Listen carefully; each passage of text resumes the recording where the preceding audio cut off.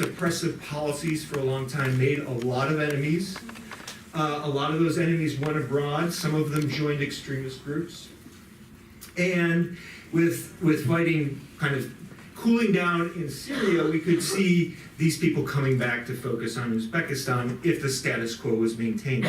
So there's a lot of olive branches to Islam in the new development agenda and towards dissent in general. Also, from an economic perspective, Karimov's economic system was really unsustainable, particularly in the context of the youth bulge in Uzbekistan. I'm sure most of you know that Uzbekistan has a very large labor migrant population, and there's the closed economic system that Karimov created really did not provide many economic opportunities for them. And so a lot of this is focused on building jobs and opportunities. There's also been a lot of demonstrated will for reform. There have been things that Uzbekistan has done since February in terms of realizing this development agenda. It's already very vivid in the foreign policy arena.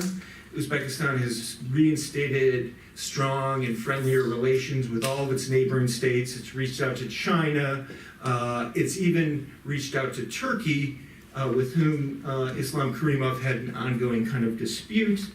The country also appears to be implementing the conversion of its currency, and this only in the last week they really went ahead and pretty much floated the currency, and in the coming months you're going to be able to actually take out US cash or euros with Uzbek sum, something that has not happened for a very, very long time in Uzbekistan. It's also opening up a lot of new opportunities for entrepreneurs that were formerly closed. It's moving full force ahead with judicial reform, and it's amnestied numerous political prisoners and has ordered a review of existing prisoners charged with extremism. And it's even accepted a delegation from Human Rights Watch. Now, in assessing the extent of the reform, you can kind of see that it's making a lot of moves to liberalize the economy, perhaps instill a rule of law and take care of petty corruption. It's also showing signs of backtracking on the oppression of pious Muslims in the country and kind of the suppression of dissent writ large. But there's very little movement to building the institutions needed for liberal democracy, with the exception of perhaps rule of law. So when thinking about what are the intents of this reform agenda, I think it's possible but doubtful, given Uzbekistan's history and kind of regional trends, that Uzbekistan will employ its initial judicial reform as kind of a stabilizing factor that can allow for widespread political reform. It's more likely that Uzbekistan is moving towards a more liberal managed democracy. In some ways, it makes more sense to compare what's happening in Uzbekistan to what was happening throughout the former Soviet Union in the 1990s. And really, if we're looking at Uzbekistan, getting to the point where places like Georgia, Ukraine, and Kyrgyzstan were when their first revolutions happened, that is a more likely scenario than any kind of widespread democratization. However, I want to say that this would be revolutionary for Uzbekistan. You have to remember that Uzbekistan has shared with Turkmenistan the dubious honor of being the least democratic, most authoritarian state in the former Soviet Union and one of the most oppressive states in the world. So this would be welcome change, I think, for a lot of people in Uzbekistan and for the international community. So the question is the reform sustainable? I think there is a lot of political will at the top of the state, starting with the president, and he's created around himself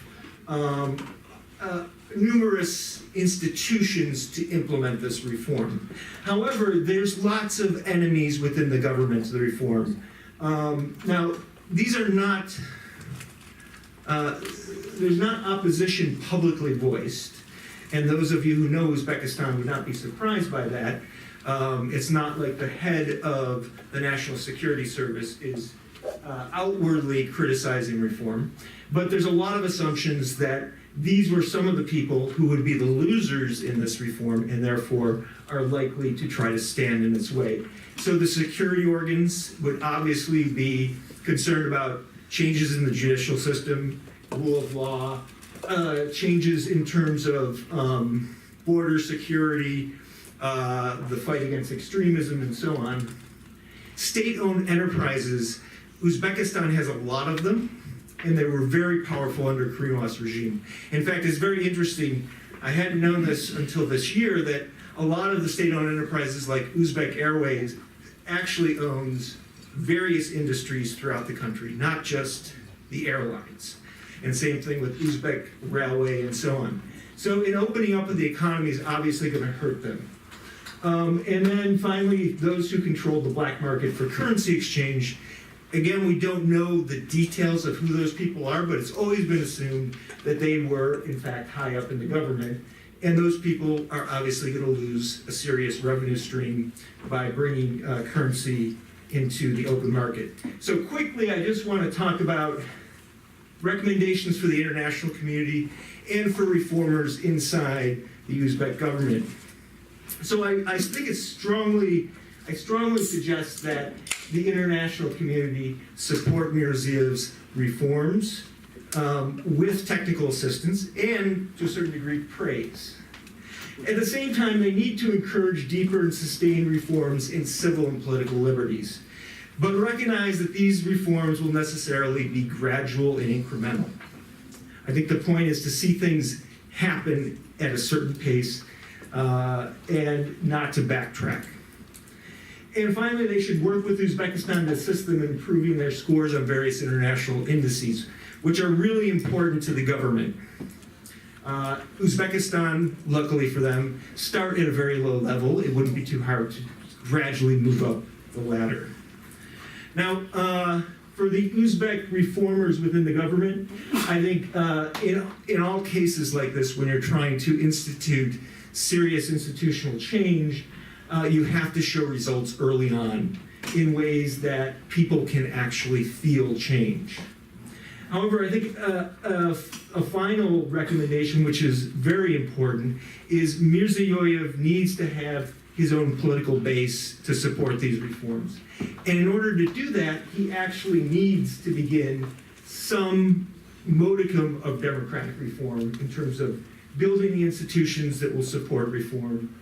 That means new media outlets that report on reforms and support reforms, new independent NGOs which can support the reform process and hold those against reforms accountable, and perhaps even a new political party that could serve as his political base. Those are things that are yet to happen, and I think they may be the defining question that lays out whether the reforms are sustainable or not.